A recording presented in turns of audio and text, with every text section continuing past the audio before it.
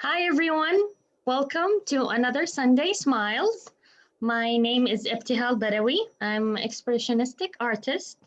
I use my art to express the way I feel, and I think of my art as a bridge to bring people together from different culture to build a stronger community, and that's why I create Sunday Smiles. And today I have a special guest. She's amazing, and I learned a lot from her. She's so creative. Melissa. Today with us will be Melissa. Hi, Melissa. Hi, Abdul. How are you? Good. I'm good. I'm so happy you joined us today. Yeah, I'm glad to be here and I'm glad to be sharing some more art. I guess for most people here, I think know me, although they don't always know me for my art. um, I am a marketer and linguist by trade, but I also, since work is very analytical, I spend a lot of my time doing more creative, artistic things on the sides because I find that actually makes my analytical side work a lot better. So we're going to do today is more of a workshop. A lot of times there's a lot of question and answer session, which of course feel free to ask questions, but rather than have a lot of talking and then save the art for the end, this whole session is going to be about the art today because I have recently discovered something called Zen Tangles. And it was kind of an accidental development by a couple that it's Maria Thomas and Rick Roberts. And what it was is they were selling, Maria did these wonderful botanical illustrations. So think, when you see those like one letter, but it has vines and plants and the background stuff going on. She discovered that when she was filling in the background stuff, the very repetitive stuff, the same strokes, that she would actually end up in a highly meditative state. And that was actually recognized by Rick, who happens to be into meditation and things like that. And so they took that and they've developed it into these Zen tangles. And the idea is you don't need talent and the ability to create an artistic piece. The idea here is we're going to be using the same strokes again and again. There's a little counting involved in one of them because it does have a certain number of lines in it. And by doing that, you just put yourself in a very calm state. You forget other things. And it's a really wonderful thing to do because to do a doodle really only takes about 15 minutes. And so you can sit down, be creative. Don't worry about the outcomes. One of the things that they talk about a lot is there is no right or wrong. And what happens, they don't draw with pencil and then come in with their marker. They always come in right from the start with the marker. And if you make a mistake, you change course and see where the art takes you. So there is no right, there is no wrong. It's just an exploration. It's a lot of fun. So I thought we would start off though, Ebtihal, if you wanted Yes. to lead us through just a kind of a quick, we're going to do a theta meditation just to kind of breathe and bring us all into the same place and relax because we're all home with our kids and our significant others and list of chores waiting for us. So we're going to forget about that for these 40 minutes. Okay, let's do that. I like how, because sometimes in art, artists like they try to do do it right, figure it right, and just it's sometimes it brings stress. But with this, like even if you have a mistake, you can still work with it and make something with it. So I like it. Yeah, and this was actually one of the comments I read in their history was people would always say to them, "Oh, they really love those botanical drawings. Oh, but they couldn't do that because they don't have the talent, or they don't have this, or they don't have that." And this is really something that I was talking with a friend this morning. She's like, "Oh, I can just do stick figures." I'm like, "Yeah, this is basically fancy stick figures because that's all we're doing." So, if you would like to open our minds, and then I'll switch cameras and we'll do some doodles. Okay, so I want everyone to be comfortable in their seats and close your eyes. I'm gonna close my eyes too. We're gonna do it together. So I want you to take a deep breath. I'm gonna count. Inhale, one, two, three, four. Hold it, one, two, three. Exhale, one, two, three, four. Again, Inhale. 1, 2, 3, 4. Hold it. 1, 2, 3. Exhale. 1, 2, 3, 4. I'm gonna do it again. Let's do it for more 2 times. And you count, okay?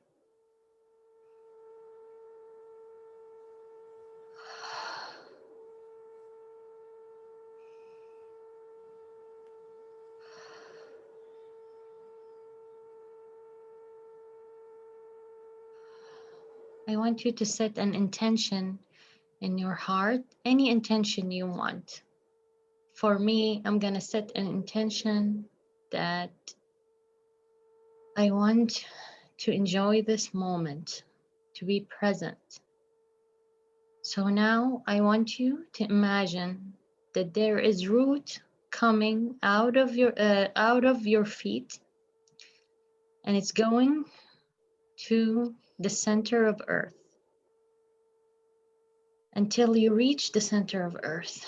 And imagine you're pulling energy from the center of earth to your feet, to your knees, to your torso, to your chest, to your neck, to your head, to all part of your body, all your cells. And I want you to imagine there is a ball of light. This energy become a ball of light on top of your head. I want you to imagine yourself going into that ball of light. Now, I want you to imagine that this ball of light will go up, up, up, up, up, up, away from the room that you're in, up, up, up, up, toward all the planets, where you see all the planets, the sun, the star. We're gonna travel up, up, up, up. And we will see the Milky Way, we will see different galaxies until we reach different layers of lights. Dark lights, light lights, and we still go up, up, up, up, up. And we reach a golden light. Then we go up, up, up, up until we reach a jelly substance light that contain all the colors of the rainbows. I want you to still continue traveling up, up, up, up until you reach a pink mist. I want you to imagine that you're breathing this pink mist through all your body. This is the color of compassion. I want you to swim in it. And then we go up, up, up, up until we reach a white light, a white fluorescent light.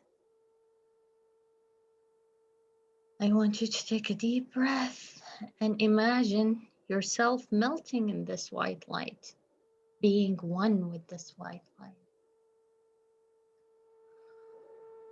I want you to take another deep breath, and we're asking the creator of all that is, whoever you believe in, to download you with unconditional love to all the cells of your body, to download you with the joy, the meaning, the real meaning of joy, the meaning of creativity, the meaning of letting go and enjoying the moment.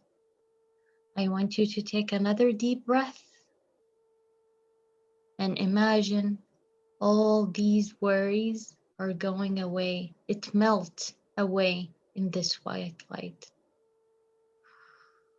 Take another deep breath and imagine yourself inhaling this white light with all the unconditional love that it contains.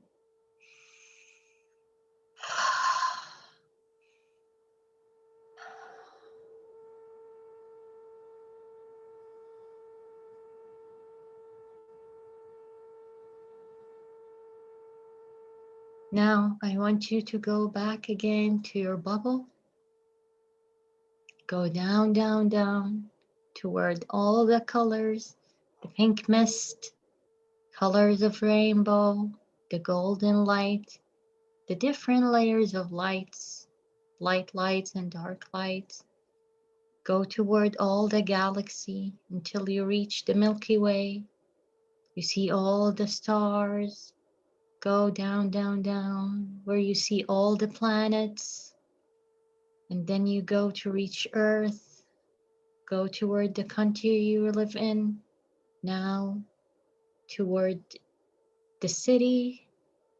And now imagine this ball of light and you are on top of your head.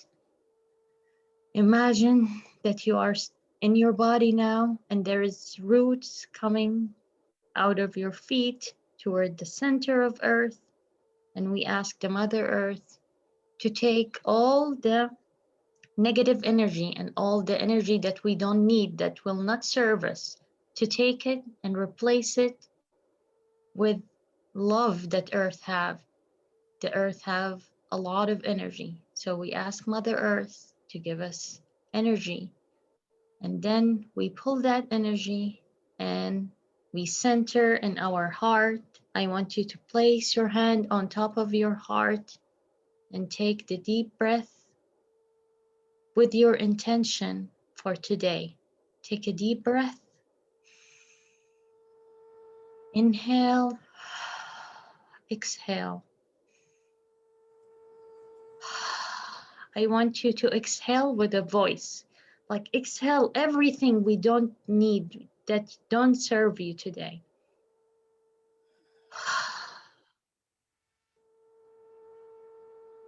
Now you can open your eyes. And you can zip your energy. People do this to unlock their energy. You can do that if you want to. So this is my first time doing a meditation. It was done well. It was really funny when we did it the other week with Omaima. It was the first time I had done it. And even just starting with a reminder to breathe, because how many of us forget how good it feels to take a truly deep breath and just stop for a minute? That's so true. That it's really help. I don't know how, but it make you more center in your body. I saw this program. It's called Headspace on Netflix. It talk about the power of meditation, and I'm just in the second episode, but it's amazing. This guy, he went and learn about meditation from several different culture, and he make this episodes to teach everyone how to do different type of meditation that help to get rid of the stress. Every day we have a lot of things going on in our life. We're just running around and just it helps. It really helps. It does. So are you ready to doodle? All right, let's do this. I'm going to switch cameras. If all goes well, you will be looking at my hands in just a moment.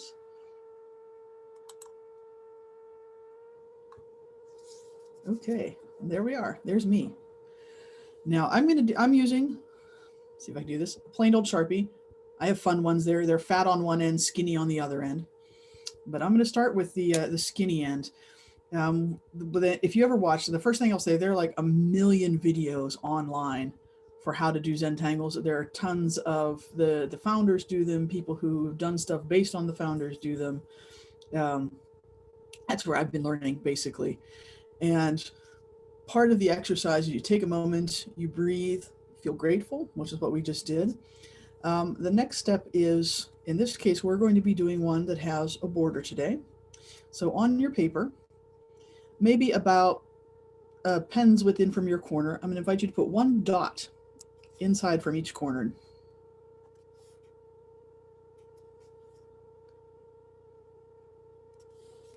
Just starting there. Hope you can see those. And then once you have those, just connect them. And your lines don't have to be particularly straight. In fact, sometimes it's fun to make them purposely wavy.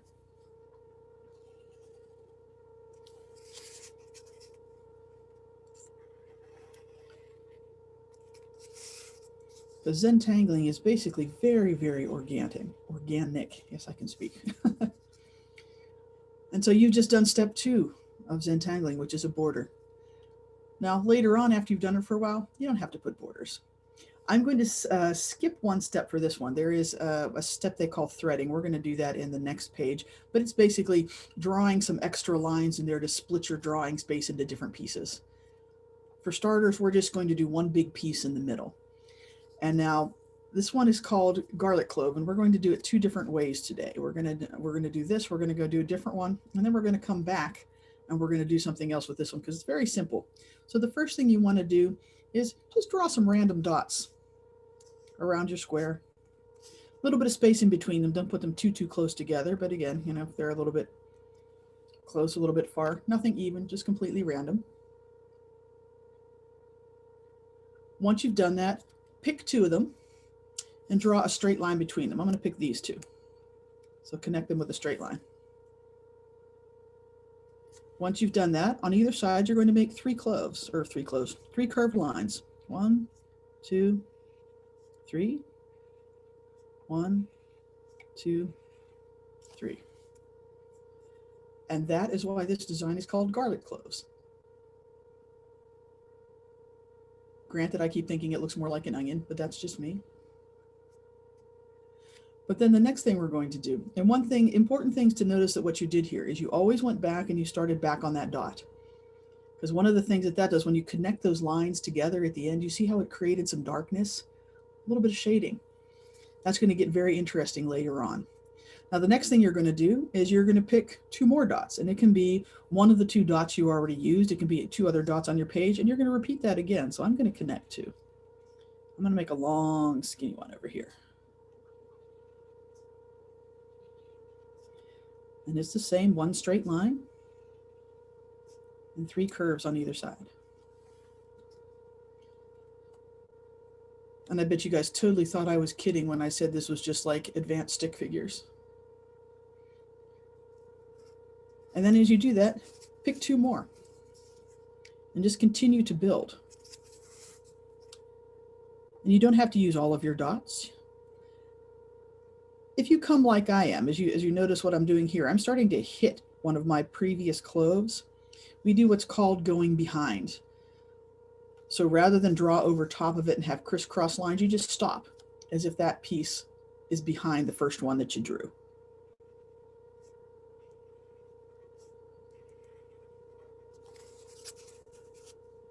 And I'll do another example of going behind. When I connect these 2 dots, I'm going to pick a dot that's out here, and then I'm going to pick a dot that is technically at the bottom over here, but I can't get to it because these other cloves are in the way.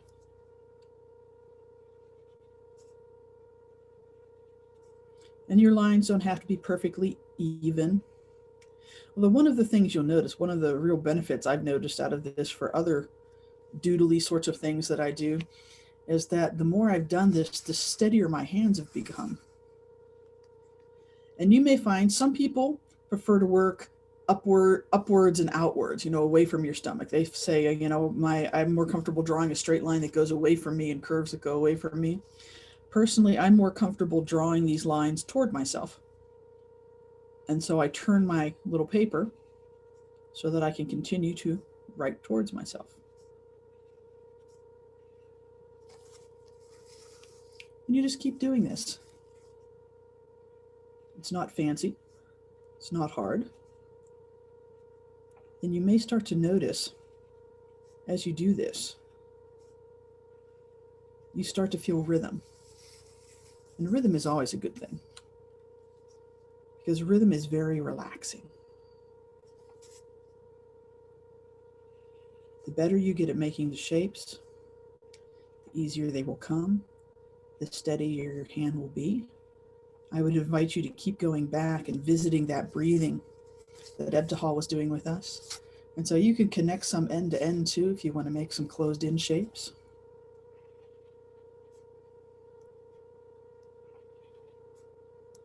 Always remembering to go behind anything that you already drew.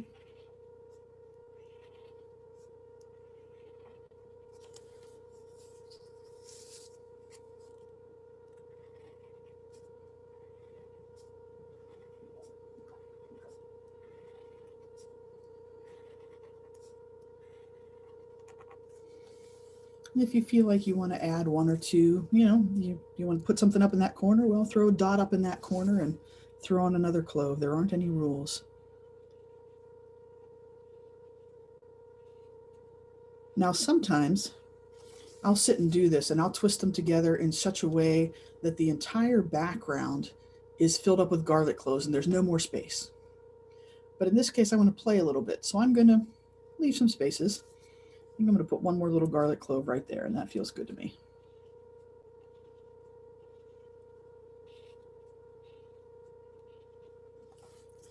And then I'm going to go in, and you see where I have these triangle pieces that are blank.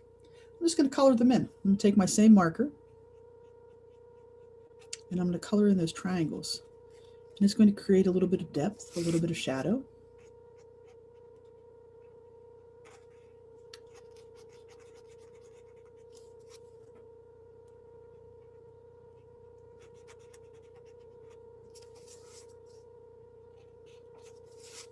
It's really funny. I noticed as I was practicing for this, it's very hard to actually keep talking while you're doing this because your mind gets so peaceful that the words just sort of float away.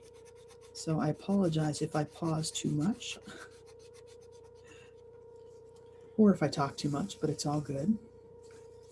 So there, now you have a little bit of depth added to it. Now here's where it gets really artsy. I'm gonna call it artsy, but it's because it's going to seem really artsy when it's done. But the fact is, it's very, very simple. When you have all your cloves that you're going to put in, I'm going to invite you to take your pencil now. And what we're going to do is we're not going to turn our pencil up on its point and really color in hard. I want you to use your pencil on its side and just very lightly lay some gray color. In my head, the deepest points, the points that would have the shadow, are always where all the lines come together. So where you've already got that kind of blackness going on. And I'll just lay in a little bit of graphite. In this case, I'm using a graphite pencil, so it's a little soft. It works if you're using a number 2 pencil. Just be very light in your touch. And when you want to put more color, rather than putting more pressure on your pencil, just go over it a few more times. Because what we're going to do when we're done with it is we're going to smear it around a little bit. And if you've really, carved lines in your paper with your pencil, it's going to be harder to do that. And so I'm going to go anywhere I've got, all those points coming together and that black going on. I'm going to put a little bit of that in there.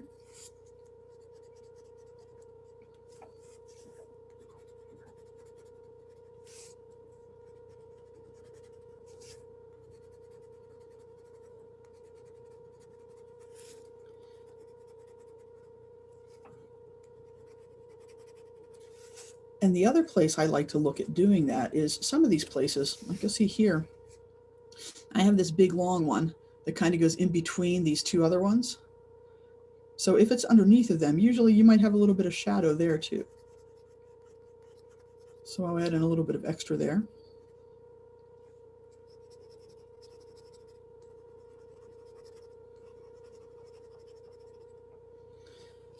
And once you've got that all in, here we're going to smudge it a little bit. And here you can use your finger, you can use, works if you take just a Kleenex and tighten up the corner of a Kleenex and use it. I'm going to use, there's a little smudge tool, just so you can see what I'm doing. I'm going to use that because I discovered last night I was doing it with a Kleenex, and what was happening was you couldn't see anything but the Kleenex as I did it. So I just smeared around. And the idea here is when you use that pencil, you end up having kind of little lines because pencils make lines. And here you're kind of erasing the lines and just turning it cloudy. So it looks more like shadows than pencil lines.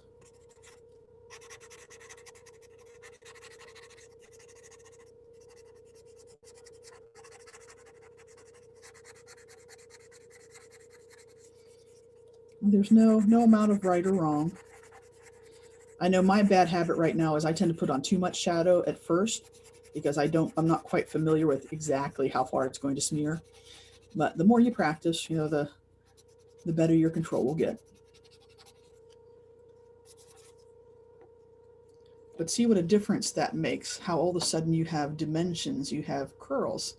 And all you did was scribble on it with pencil and then smear it around. So it really is as simple as all that. And you'll see some people who like to come back in afterwards and maybe do a little bit of shadow around the outside. You do the same thing. You lay a little bit of gray in around the outside edges of your picture, say out here. And then you come back and smear that around. Trying to be very careful not to rotate my little square out of my camera. This is something that will slowly travel you across your desk, and that's not a bad thing.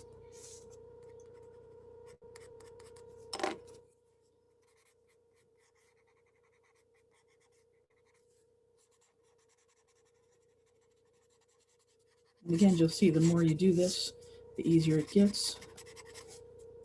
It doesn't matter that, the shadowing around the outside is a little irregular, because shadows aren't always regular anyways. The idea is just kind of smooth out any texture that the pencil may have created. And the more outward you smear it, the less color you'll have to smear, so the lighter the shadow will get as you go.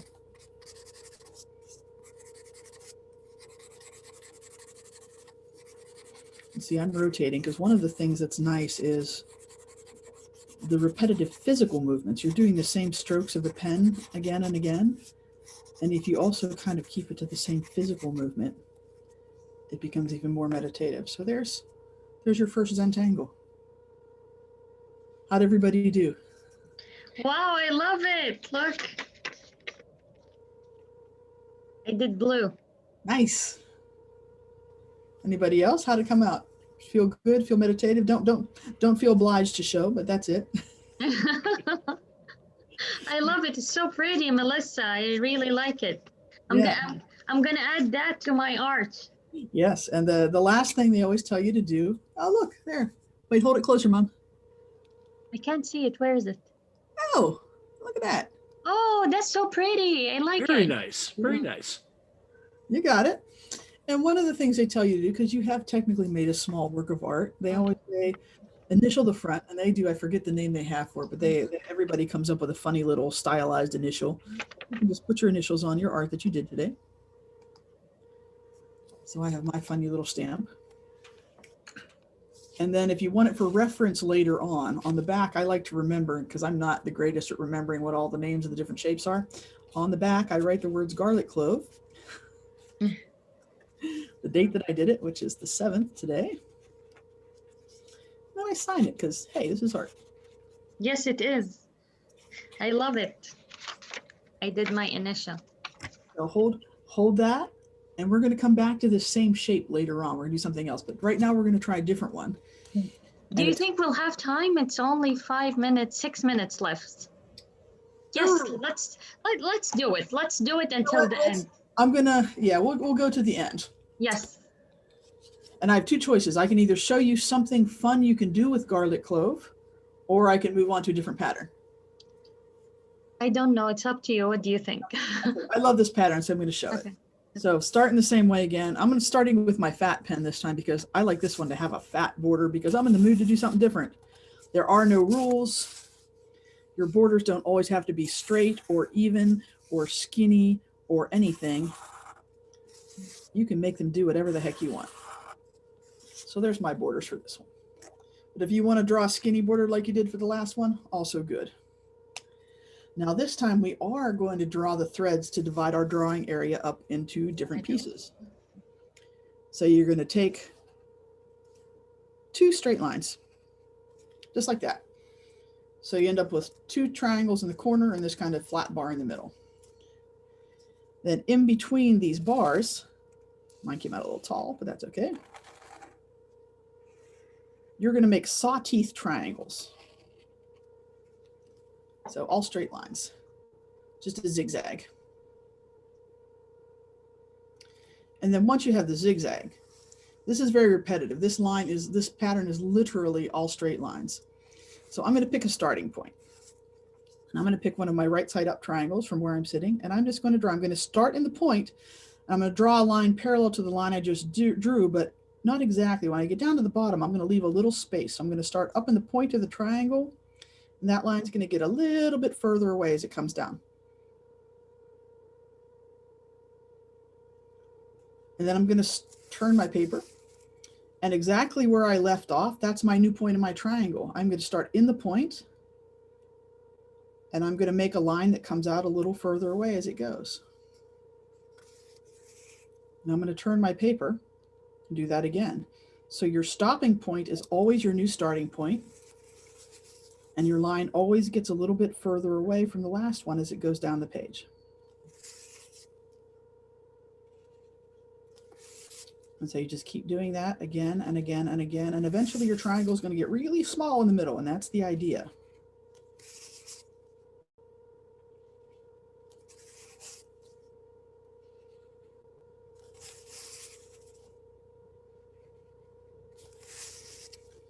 And I'm going to talk a little less because I can draw a little faster when I'm not talking, so I can hopefully show you all how this is going to come out before we get kicked off our call. So what you end up with is a triangle all filled in like that. When you go to the next one, I'm going to go where I'm going to call this my skinny end and my fat end. This is my skinny end of my lines, and this is my fat end of my lines where they opened up. I'm going to start at a skinny end, and that's going to be my new skinny end, and I'm going to fill in the next triangle over the very same way. So I'm going to start skinny, and I'm going to widen it out as it goes. And then I'm going to go around this triangle just like I did the last one. Now here you see I ran out of the edge, so I have to imagine that I have a point out here. So you kind of have to fake it a little bit in that corner and pretend like you were drawing out onto something non-existent. But eventually, as you get closer and closer together with your lines, all the points are going to show up in your page, like mine just did.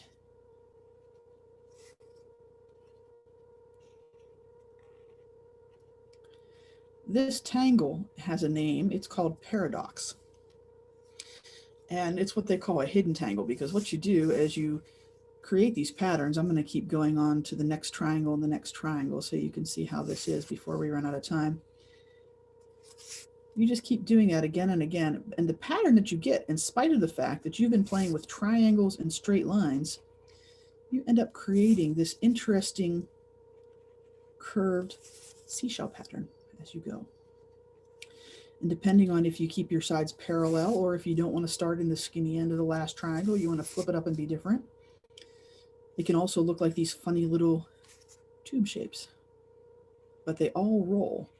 And it's interesting how what you start with and what you end with seem completely unrelated to each other, even though they're not.